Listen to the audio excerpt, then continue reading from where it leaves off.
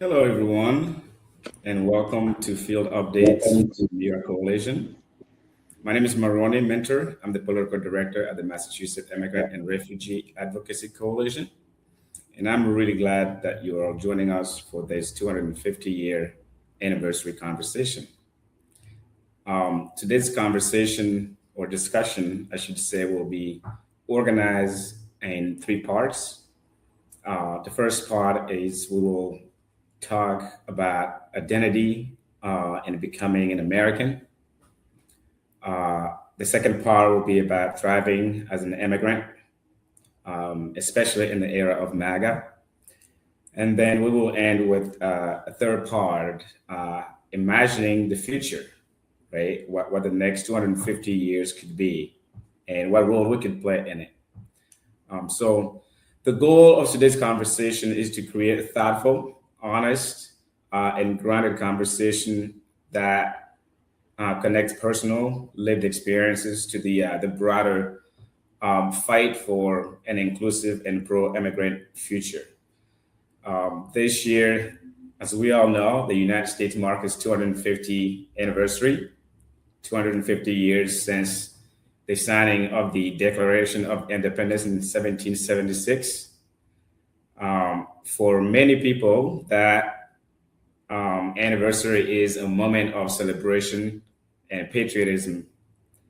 But for a lot of immigrant communities, and for so many communities who have had to fight to be seen, to be included and protected in this country, it's also can be a moment to ask deeper questions. What does freedom mean in America today? Right? Who gets to belong? Who gets to feel safe? And what does it mean to celebrate 250 years of this country while also recognizing that many communities are still um, fighting for dignity, opportunity, and full inclusion? And at MIRA, we know that immigrants have always been part of the American history, the American story. Immigrants that have helped build this country, have strengthened this country, its economy, shape its culture, and move the country closer to its highest ideals. And so today's conversation is an opportunity to reflect on the on identity, migration, belonging, and the future, as I said, that we want to build together. So that said, I'm really honored to be joined by an incredible group of panelists who bring different lived experiences, different perspectives, and deep commitment to our immigrant communities. I'm really grateful to each of them for being here and for sharing their time and their honesty and their leadership with us. So thank you. And before we get started, I would like to invite our panelists to introduce themselves. And if you can just introduce yourself, your name, your organization, just little one sentence on how you're showing up in this space today. So I'm looking at the screen, so I like to go from left to right of my screen, starting with Dr. Gabo. Dr. Gabo, would you please mind introducing yourself? Wonderful. Yes, Gérald Gabo. I know so many members of the community know me by Dr. Gabo, but I lead the Immigrant Family Services Institute, known as IFC USA. So it's a mixed feeling to be in the space today, feeling of hope, and at the same time torn by everything that is happening around us, around the sadness, around the evil that is being done to our community. So at the same time, we are people of faith, so we introduce ourselves with hope, and then we are so happy to join this conversation today. Thank you.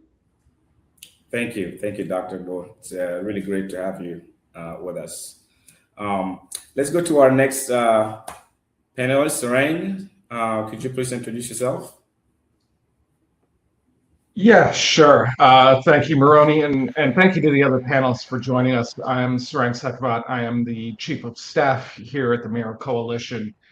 I'm not sure what to say really about where I'm coming from. I can talk. I think it'll make more sense when I talk about when we get into some of the questions. But I think the easiest thing to say right now, quickly, is that I'm coming to this from a place where I've been doing this work for a little over 20 years now and have seen so many different communities attacked, and seen really the needs of so many different communities. Thank you, Sarang. Really happy to have you and excited to what you all will have to share with us. Next, I'd love to invite our next speaker, Demaris. Can you please introduce yourself?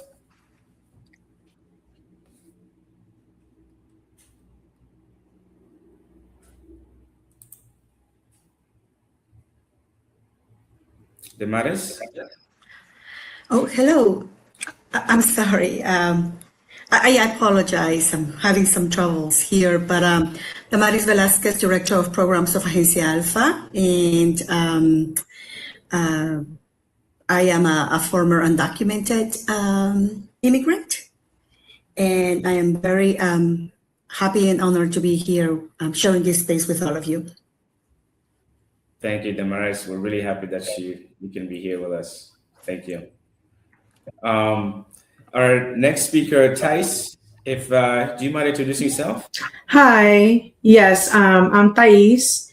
Thais. I am with MAPS, but I think today here I'm representing more as a community member, a DACA recipient, and someone who has been directly affected by the new administration, and just want to share my thoughts.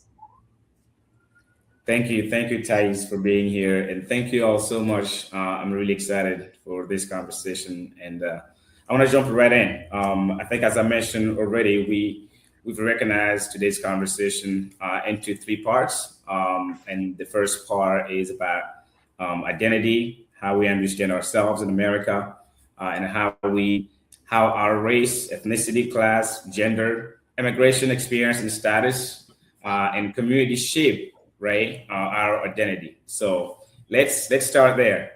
So this is part one: identity and belonging in America. So as we mark the America's 250th anniversary, I think it makes sense to begin with a very personal question, right? Because so much of how we experience this country is shaped by the many parts of who we are, right? For immigrants and children of immigrants, identities often layered, right? And it can be complicated. It can shift over time. It can be shaped by pride, by struggle, by belonging, by exclusion, by all of the contradictions that come with trying to make a home in a country that doesn't always make space for everyone equally. So I want to begin with this question. How do you view your identity as an American? And as you answer the question, please feel free to talk about how your ethnicity, your race, your class, gender, religion, immigration story, family background, all of that shape your understanding and of your place in this country. So again, the question is, how do you view your identity as an immigrant? And Sarang, I know you agreed to help us get started. And so I love to begin with you on this question. How do you view your identity as an American? Yeah, this is a really complex question for me. I got to be honest. One thing I do want to make sure that folks understand one rather important issue, which is I think I'm the only person on this panel right now who was born in this country. So, I'm technically not an immigrant, despite all the work that I do in this field. My parents came here, about 5 years before I was born. And my brother was 3 months old when they moved to the States. So I lived sort of this mixed experience of an immigrant family, but not actually an immigrant myself. I lived this experience of being a native-born U.S. citizen, but not necessarily being treated like a native-born U.S. citizen. And I think that's really, that aspect is really amplified by one, simply put, the fact that I'm not white. And I will also say I grew up in a very sort of middle class white society, so I was always sort of the odd man out, frankly. But also the fact that I'm Iranian, and I was born just a few years before the revolution, and so for pretty much the entire time I've really been aware of the world around me, I've been sort of looked at as, frankly, the enemy of the U.S. And that's been true, pretty much my entire life, more so now than I think it actually literally are the enemy right now. So I think on the one hand, I certainly don't have American experience, even though I'm a native-born citizen. But I also don't really quite have an immigrant experience like a lot of others do, because of the frankly relatively wealthy background I come from. My father was a doctor. We had very little struggles compared to so many other immigrant communities. We had so much other supports than and resources than a lot of other immigrant communities. And I think the one thing, it's a question I've really struggled with a lot over the years. And, I think the main thing that I have taken out of my own personal experiences is simply the value of humanity, of just being human. Not just being American, but being human, and how important that is, and how much we really tend to just ignore that in so many ways.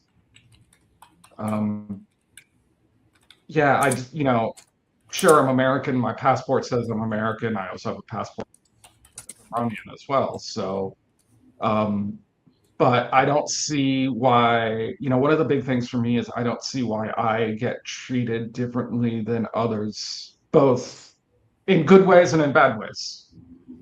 I'm sort of caught in the middle sometimes, I feel. Wow. Sarang, thank you for sharing that. I really appreciate how you grounded that, and both your personal experience and the bigger question of belonging, right? And talking about, even though you're born here and so forth, and feeling like you've had a certain privilege, but also because of where you're coming from, as an Iranian, you are treated, as you said, as the enemy, right? So people move past the fact that you were born in this country, but they, uh, you know, identify you as the enemy because those who come from where you come from, or where your family comes from, that's how they are known, right? By this country. So I really appreciate you sharing that. And I want to stay with that theme of identity for a moment, because I think one thing I'm hearing already is that being an American is not a simple or a dimensional experience, right? It can mean different things depending on who you are, where you were born, where you came from, and how this country sees you, right? So I'd love to bring in Dr. Gabo next for this question. Dr. Gabo, when you think about your own identity, what has most shaped American experience for you? And do you feel that America has made room for all parts of who you are? I mean, thank you for the question. And I was born and raised in Haiti, and I spent a good amount of my time living in Haiti. So when you think about my identity, I think it is deeply rooted in my Haitian origin, and also my family, my faith, my immigrant journey. Coming living Haiti and coming here and living here, and being in the same field that I was in Haiti. Like when I was in Haiti, I was always in the field of service. And then when I came here, I thought that there was no room for me to serve, and to find out that nope, whatever that I started to do when I was very young in Haiti, that I'm still able to do so here. So I think my Haitian identity is basically one of the strongest part of who I am, because being Haitian carries a lot. It carries the history of Haiti, it carries the culture, it carries the spirituality, the memory, and the sense of resiliency that has really always characterized us as Haitian. So again, when you come to America and you coming from Haiti with so much pride, and then when you come and you see what's happening, especially for immigrants, it's almost like you are carrying this balance of pride and pain at the same time, because you have this pride because of the rich history of Haiti, what we have done, not just for Haitians, but for the entire world.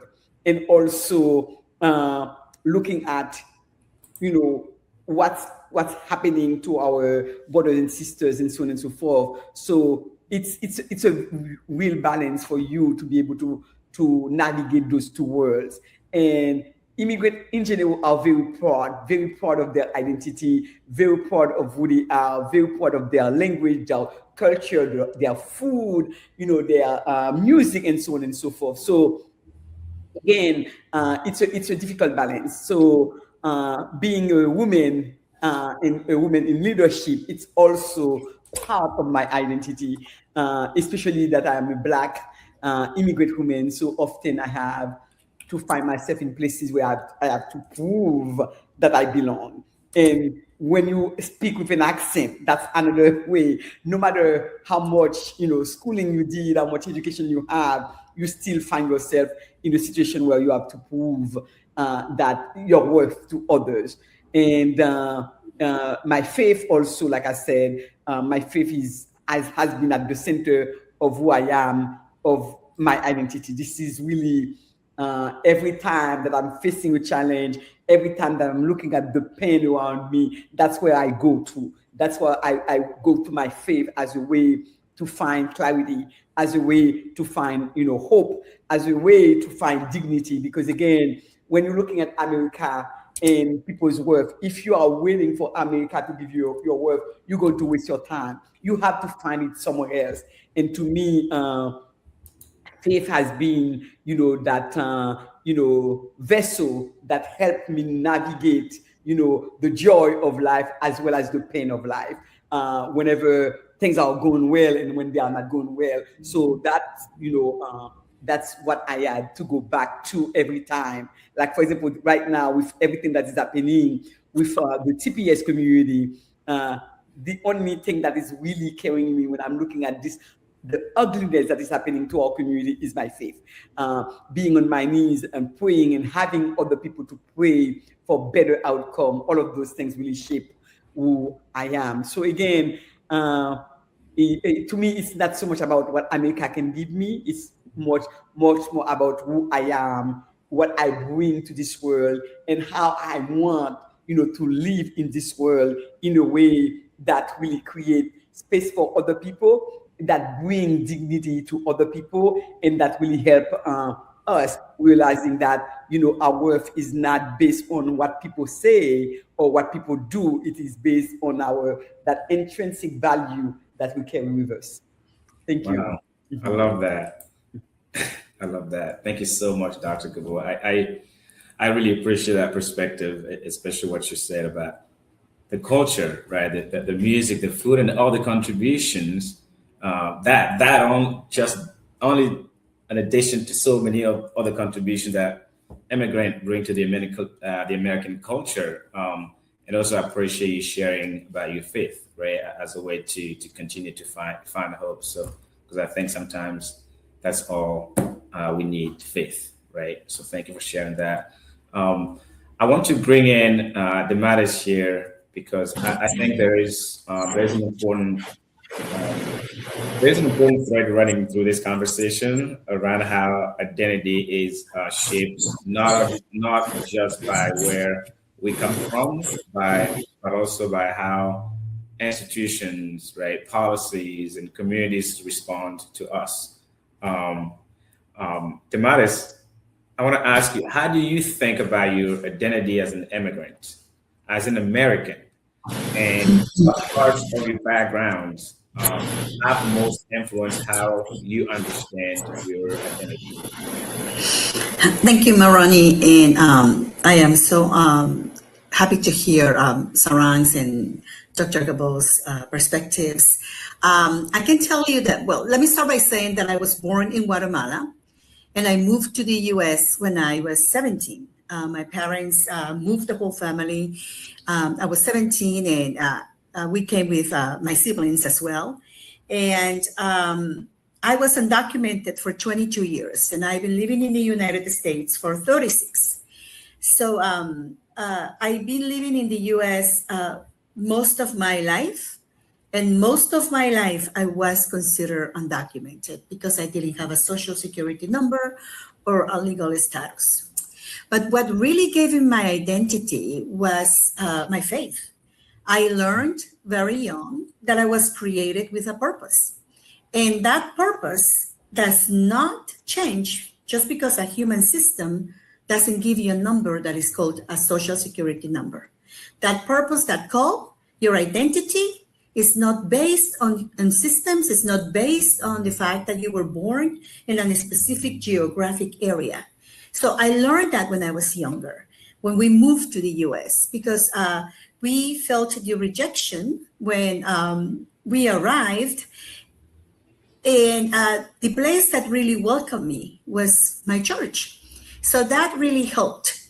And that really shaped my perspective of identity. And that is reflected in the work that I do every single day in the office. Every time that I meet with one of my clients, I'm a legal representative accredited by the Department of Justice. And every time that I meet with a client, I always emphasize in the fact that they are more than the country where they were born. They are more than what this country is saying about us immigrants. And I just love to see how their faces change when they start recognizing that their identity is more important than whatever message comes from any administration and any other type of government.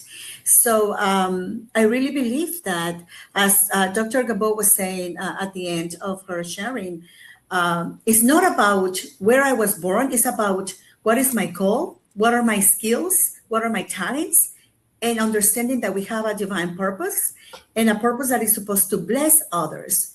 So when we learn that, we can just bless others by just being us. And that has helped me to continue with the work that we do in the middle of the struggles that we're facing now. Thank you so much, Damaris. Thank you. I'm hearing a lot about, complexity, about the tension between feeling connected to this country and also being very aware of the ways this country can exclude, stereotype, or even marginalize immigrant communities. And also you sharing about your faith, right? Faith, a lot of folks don't understand that faith is one thing that so many of us immigrants hold on to. It's that one thing that keeps us going. It's not just immigrant faith. When you talk about faith, that's also what kept a lot of African Americans who were enslaved. It's that sense of faith, right? That keeps a lot of folks going. So I'm really just happy to hear also this theme of faith that you are all sharing. So thank you. I want to bring in Thais into the conversation. Thais, as you hear all of this and you think about your own experience, what does being an American mean to you? And how has your lived experience shaped the way you answer that question? This question is actually really interesting. I recently took a class at MCC called Race, Class, and Gender, and I did like a whole essay on how I identify, looking at intersectionality and so forth.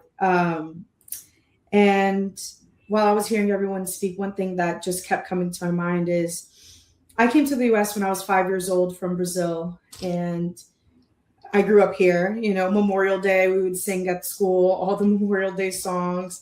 I would sing the national anthem at basketball games, football games. And at my core, I'm American. But I have never allowed myself as a DACA recipient, as a daughter of 2 immigrant parents, to actually identify as an American. I've never felt safe enough to say that out loud, that I am American, because I've always felt like the rug could always be pushed out from under me. I could, at any moment, my life could be blown up and my parents could be deported. I could lose my DACA status, just like my TPS brothers and sisters. One day they simply woke up and the only protection they had is gone. And us DACA recipients are going through the same thing right now. So at my core, I'm American. I like American food. I like American music. I know the national anthem, the American national anthem, and I don't know the Brazilian national anthem, which is actually kind of embarrassing. But I'm American. But I can't truly identify as an American because I don't feel safe doing that. I've always felt like I have to say, yeah, I grew up in America, but I'm Brazilian, and I've never been able to truly embrace my American side because of fear. So that's how I see, in my life, how my story, the intersectionalities of my life, from religion, from politics, from documentation. I'm American at my core, but I don't feel safe truly identifying as American. Wow. Thank you for sharing that, Thais. That's very personal, obviously. And so thank you for sharing that perspective. And thank you for all of you for sharing. I really appreciate how honest and nuanced those reflections were.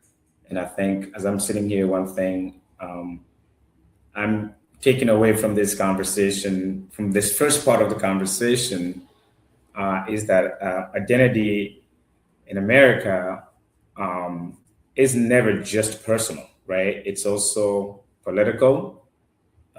It's shaped by policy, by rhetoric, by who is welcomed and who is treated as disposable, and by whether immigrants communities are allowed to live with dignity and security. And so I really appreciate all of you sharing that perspective, because that brings us to the second part of our conversation. I just want to remind us all, we are now over half hour, and we still have 2 parts of these conversations to go. And so far, I'm really enjoying how powerful it is that you are all willing to share what you're sharing. So thank you. And so for the second part of our conversation, this is thriving as an immigrant and the era of MAGA. We were having this conversation at a time when anti-immigrant rhetoric remains powerful force in American politics, even beyond any administration, right? Immigrant communities are still navigating a climate where fear, scapegoating, and exclusion are often treated as political strategies. So I want to ask a question that is both political and deeply personal. And that is it possible to thrive as an immigrant in the era of MAGA? And again, feel free to share, to take that to however you want to take it, however you want to share, whatever you want to share with us and the audience, whether that means talking about policy, safety, family, mental health, organizing, so forth. So for this question, I want to start with, I feel like it's appropriate to start with you, Thais, because I want to build on what you just finished with. So when you hear the question, is it possible to thrive as an immigrant in the era of MAGA? What comes up for you? To be quite honest, no, I do not. I wish I could say yes, but for someone to thrive, you need to feel safe. You need to feel secure. You need to feel that tomorrow, when you get home from work, your family's still going to be coming home. And as an immigrant right now, we don't feel that, right? You know, I leave my home every day. I have all of my family members' locations on Life 360, and I'm checking if I randomly, I feel like I just want to check on my dad. I want to check on my mom. I want to check on my husband. I want to check, to see where they are at all times. And I generally don't feel that living in fear like that under MAGA, you're able to thrive. You could thrive in your own inner circle with your family where you can connect, you can, talk. And when you go to church, if you have faith, and you can feel like you're thriving there. But as a whole, I feel like it would be, my personal opinion, it's unfair to tell someone you can definitely still thrive as an immigrant right now in America. That's not true. And that's not fair to say. I think that's very insensitive. That's just my opinion. So I feel like when you're living in fear constantly, it's hard to thrive. So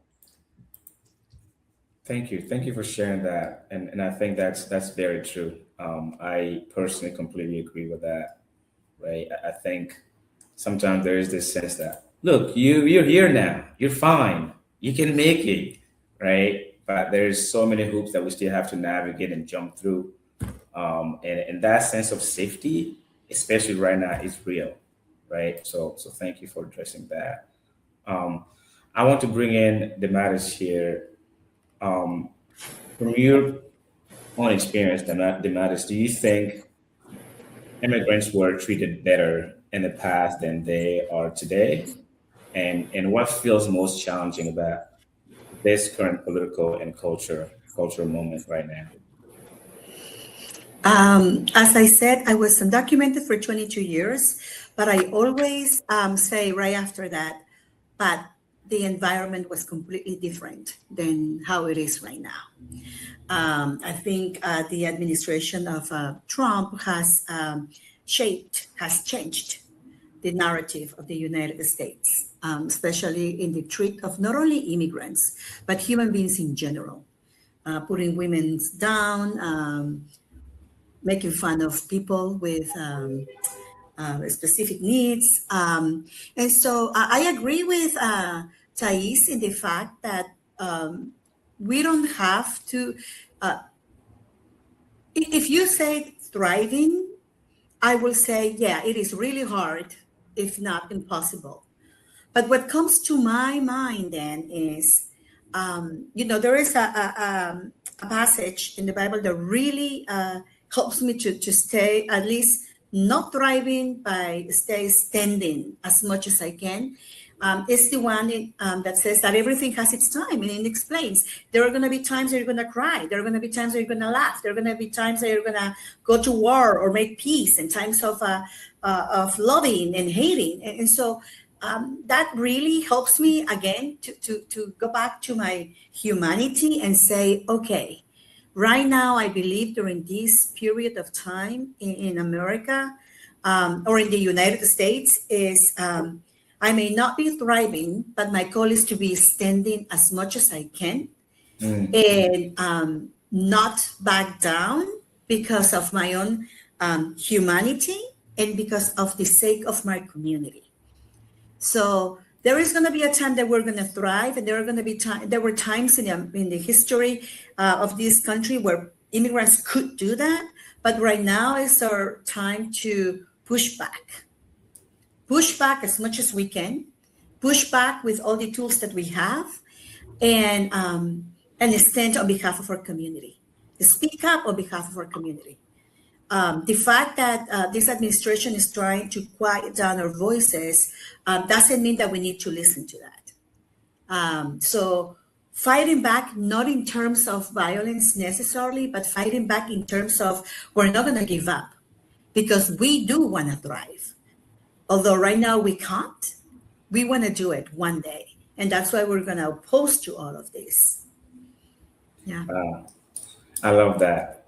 We want to thrive. We can't give up. Push back. I love that. Thank you, Damaris. And honestly, I think that question of whether things are better or worse can be complicated, right? Because immigrant communities have always had to navigate hostility in one form or another, but it just feels like the current moment has its own particular intensity. So I appreciate you sharing. I'd love to hear from Dr. Gabo. Dr. Gabo, can you share a personal story or reflection about how your identity affects your experience in this current political climate? And what does this moment ask of you? And what does it make? What makes it harder? I mean, we have to be honest with ourselves. And I joined Thais and Damaris around, what's going on around us. We cannot pretend that the environment is easy. We cannot pretend that everything is going okay with us, even when we are acting in faith. Yesterday, I was having a conversation with someone, and I was, sharing that kind of, dilemma of God's sovereignty, okay, and human responsibilities. So often when we go and pray, we pray because we know God can do so much for us. He can do whatever. At the same time, we have what we call our human responsibility. So we need to act responsibly around, the events that are going around us. So yes, the political climate is evil, just to find one word to describe it. But at the same time, I believe we as human beings, we as immigrants, we have a responsibility. And to me, thriving does not mean that, things are easy. Thriving does not mean that, I have all of the comfort in the world to do what I'm doing. Thriving to me, it's almost like courage. So it's the courage to stand up and say enough is enough, that I am not going to take this from you. You see what I mean? And it's the courage to remember, and that's the reason why when I talk about, my identity, I go back to, Haiti and to the history of Haiti, who we are as a nation, what we have done, for many, many, many centuries now, and how that shaped me. So, for example, when you are called Haitian, it's almost like you do not back down in when you face, challenges, when you face difficulties. It's almost like this is the fuel that you need to help you get to the next level.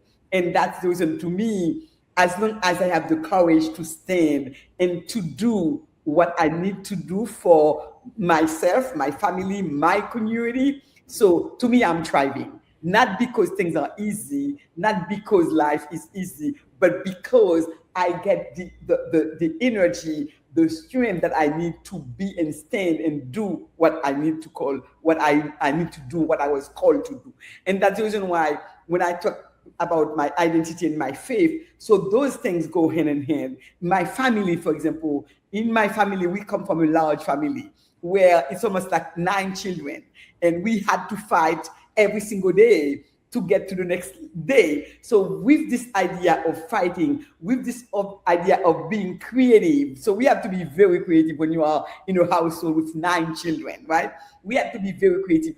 All of those things that I'm carrying with me every day help me to stand firm and strong and to say, yes, I'm thriving because I am not letting them dictate who I am or who I am becoming.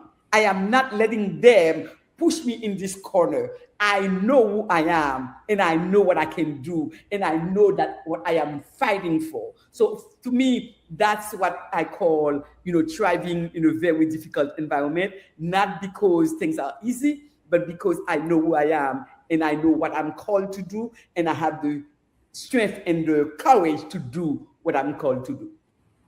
That's so powerful. That's really powerful. That's so great. Thank you. Thank you so much for sharing that. I think that one thing that's keep coming in these conversations, it's clear that anti-immigrant politics don't just live in campaigns or headlines. They actually show up in people's bodies, right? Families, workplaces, schools, and that sense of responsibility and the possibility and the courage to stand up, Dr. Gabo, the courage to stand up. Farah, I hope you're taking notes as we think about what we should print for our next t-shirt. I think that would be a good one. The courage to stand up for a sticker or a t-shirt. So thank you for that. I want to bring in Sarang. Sarang, when you think about this era politically and culturally, what does it mean just to try to survive or even thrive as an immigrant right now? Oh, to try and survive and thrive. Oh, there's so many different places I can take this conversation. Look, we have, for a nation of immigrants, we have a really weird, messed up relationship with immigration.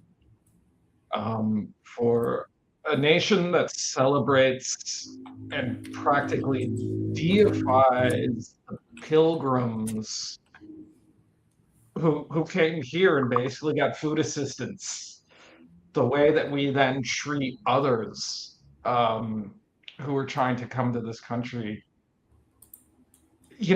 there's so much of it's almost a sense of, I got mine, forget about you, I don't care about you. My family's fine. We might have immigrated here, 2 generations ago, 3 generations ago. But now we're considered American. And I think you can really go back and look at the history of some of these immigrants and the way immigrants have been treated and continue to be treated. Go back to the 1800s, the 19th century, and ask, back then being white meant being Protestant. If you were Catholic, you weren't considered white.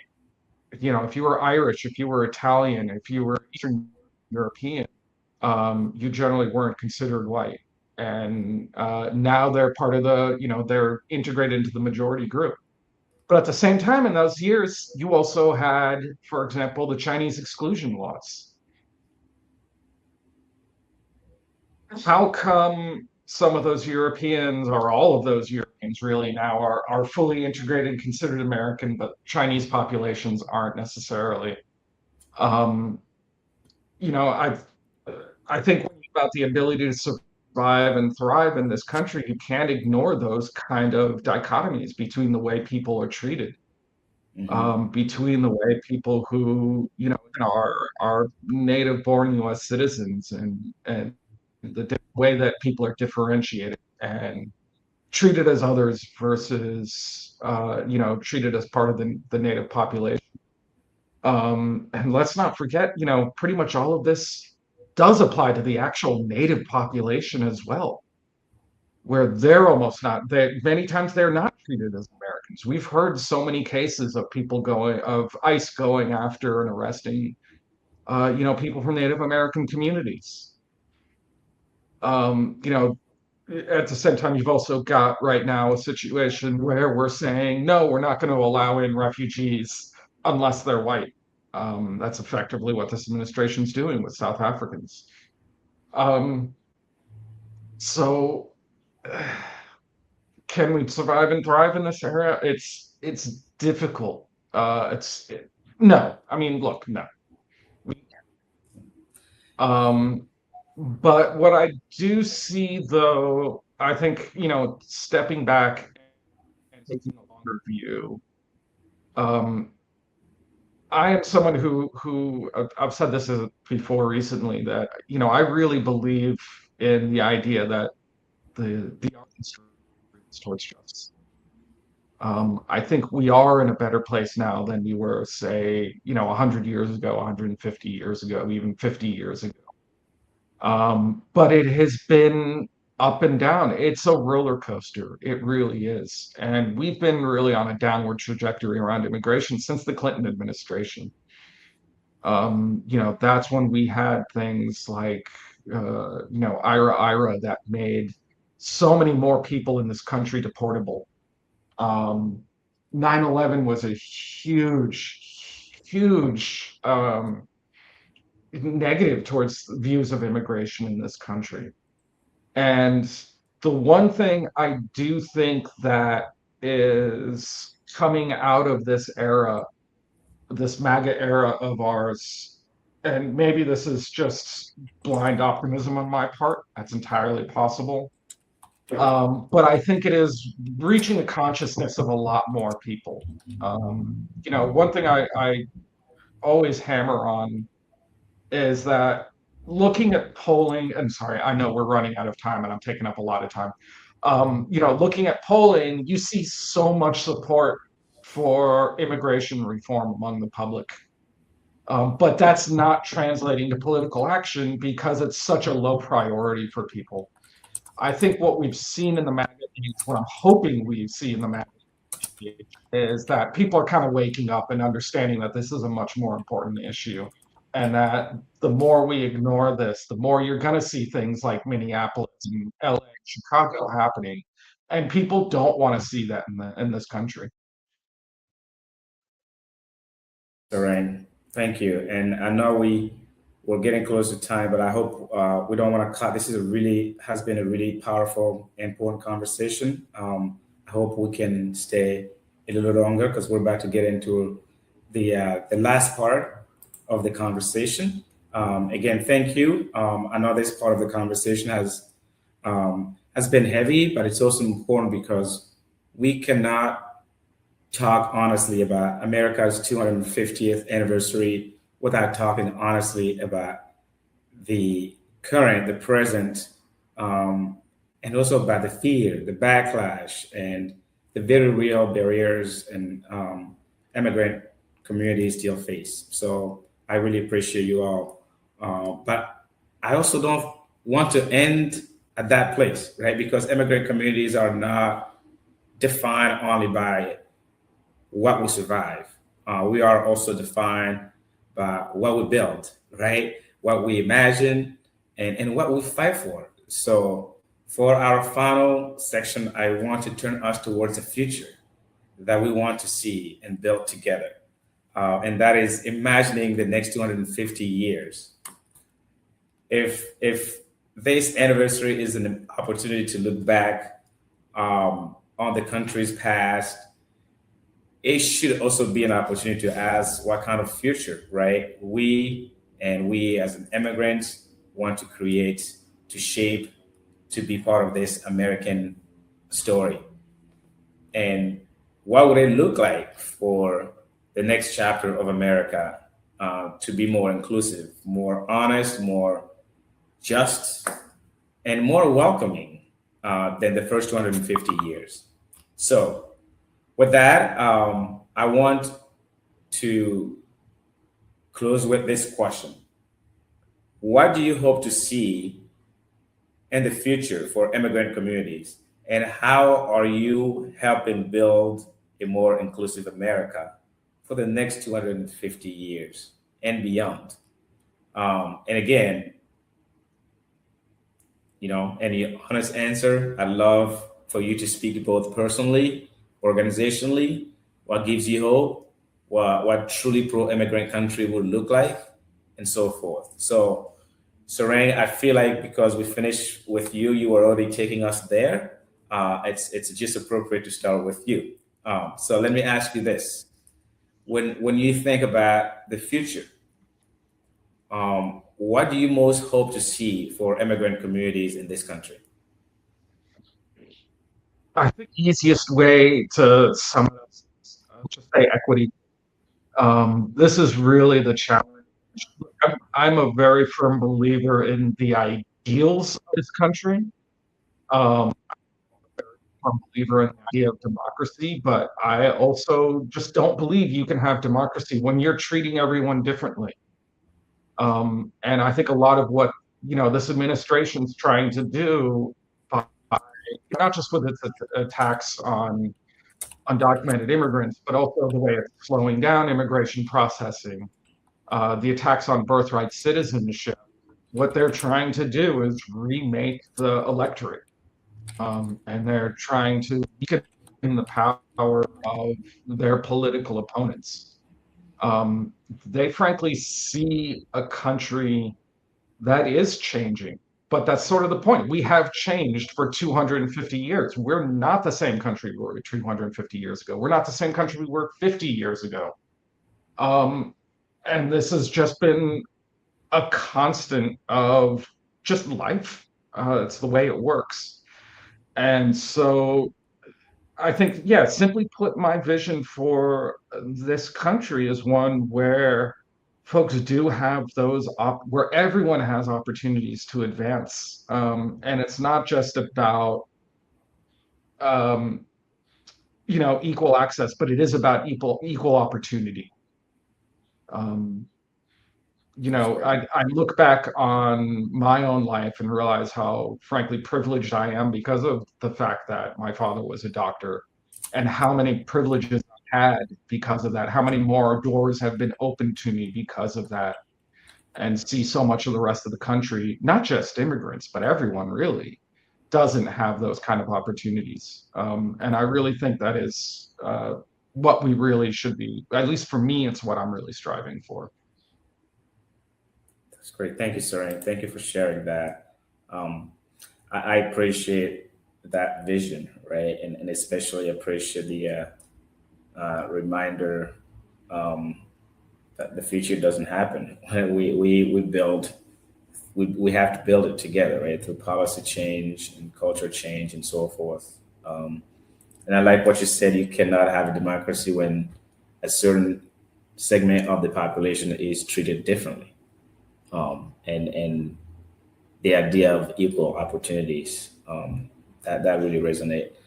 I love to bring in Dematis. Dematis, what does a truly pro-immigrant America look like to you? And what are your organizations, what's your organization doing right now to help make that vision real? Yes, and I was thinking of, I hope to see us thriving, right? That was the question, the second question, can we thrive? But, I always think of this, when you see a painting, a good painting, you see that the painting has different colors. It has bright, vibrant colors, but it also needs dark colors to be beautiful.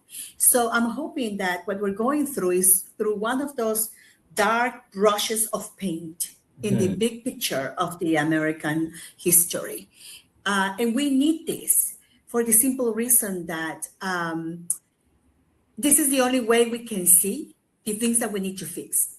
People didn't want to see it, or they just never knew how racist our systems are. And because we got someone who is very verbal about it now people are saying, oh my gosh, I didn't know that. when many of us who were already living under the pressure of those systems, we can now say, okay, if this is the illness, we can fix it. This is how we can fix it. And I do believe in the fact of educating people, raising awareness, and I think that this is what we're doing, not only as individuals, but as organizations. And that's why I love extending our arms and working with sister organizations and do the same type of work, raising the same type of awareness, and modeling that it is possible to be born in Guatemala, have parents from Iran, have parents from Haiti, or be from Haiti, or parents from Africa or Brazil, and look at us, have a conversation where we're not killing each other, but we're actually trying to learn how to build and help raise each other up. So that's my hope for the future of America. That's so great. And how much we have in common as we are discovering here, right? How much we have so much in common. So that's really powerful. Thank you. And I really like the painting analogy, right? I think it makes it so powerful, is this idea that we're not just talking about what's wrong, right? We're also talking about what is possible. So I really appreciate that analogy. So I want to bring in Thais into this conversation. Thais, what gives you hope right now? And when you think about the next generation, the next chapter, what do you want them to inherit from the work that immigrant communities are doing today? I'm just gonna, so in the chat, I see that Dr. Gabao needs to leave soon. So if it's okay, I would. Oh yes, Dr. Gabao. No, it's okay, Thais. You can go, and then. Are you sure? Yeah, that's fine. Okay. Dr. Gabao is gonna take us home. Okay. Honestly, my faith is the last thing to die. So I see immigration reform, in the future. I think, like everyone, what everyone is basically saying is that I think it's horrible what we've gone through, what we're going through right now, but I think it opened a lot of people's eyes, a lot of people that didn't know these things lived in the shadows, the racism, the intolerance against people, undocumented immigrants, or there was this whole thing where people would think undocumented immigrants were all criminals, were all horrible, all came here to steal jobs, whatever that means. And I think we were able to push back and be like, wait, that's not true. That's not true at all. There's a lot of undocumented immigrants who are hardworking and came here to provide for their families, to grow, and I think we were able to shed light on people's stories and pushing back, in a way where, like, wait, no, this is not, this person that was taken by ICE is a hardworking individual. There's no reason this person was arrested. And, so I see in the future is immigration reform. I think that's what America needs. I think that's what will make this country actually become great again, is immigration reform and giving the people the opportunity that they deserve to live here without fear and to be released. I always say I live in a golden cage.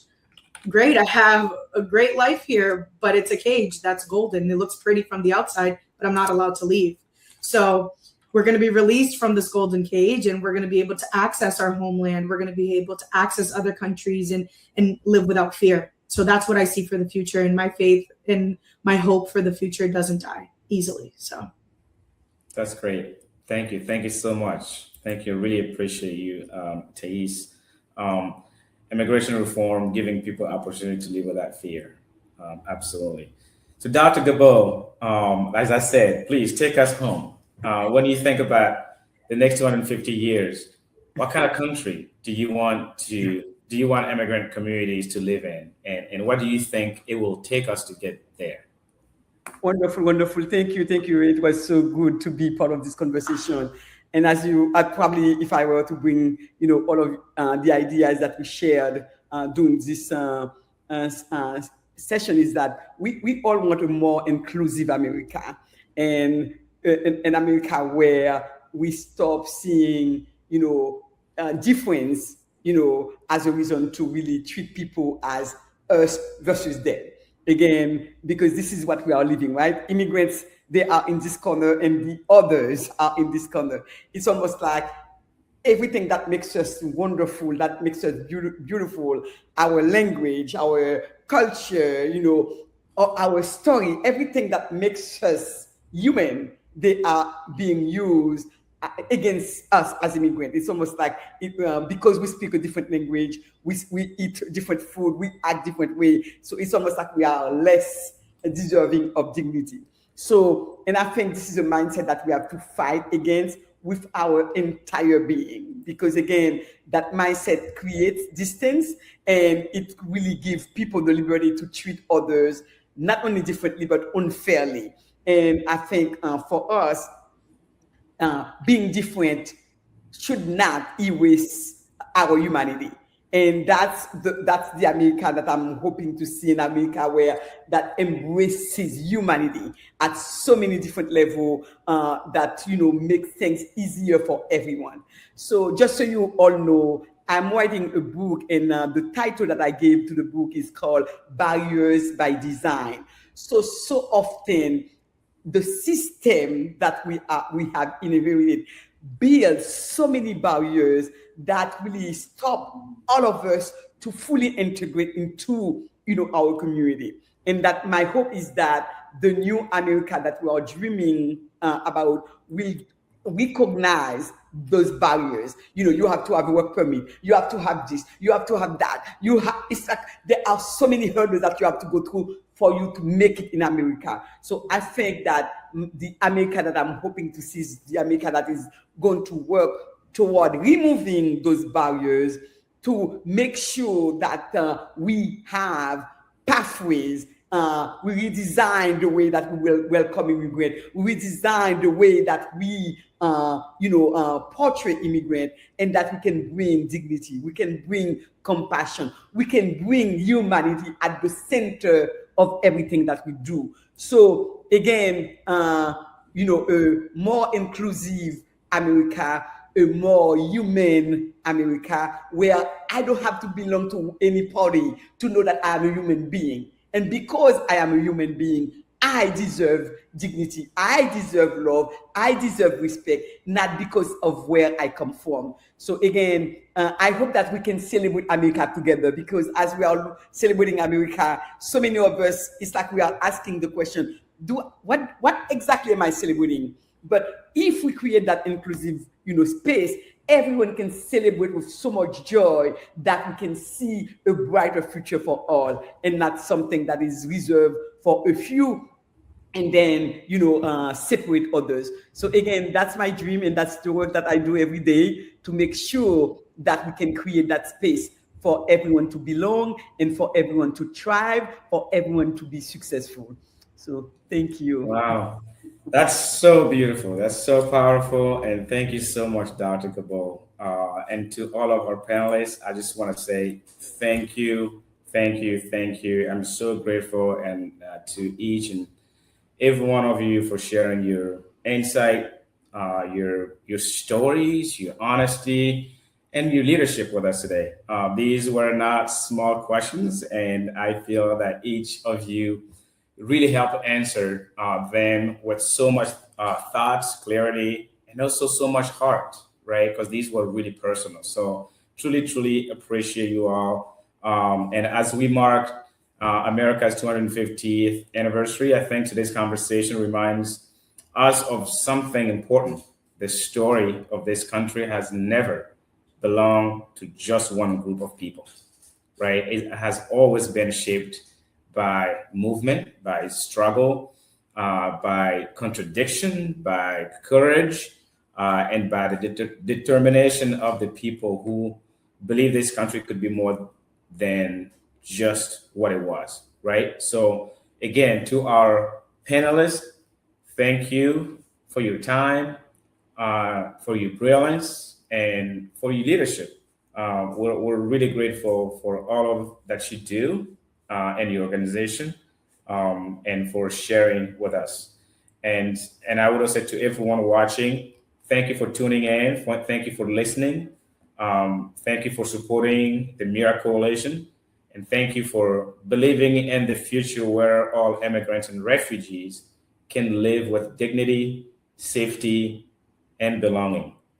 This has been a special field update conversation on America's 250th anniversary. My name is Moroni Mentor with MIRA Coalition. And again, thank you so much for joining us, and we will see you next time.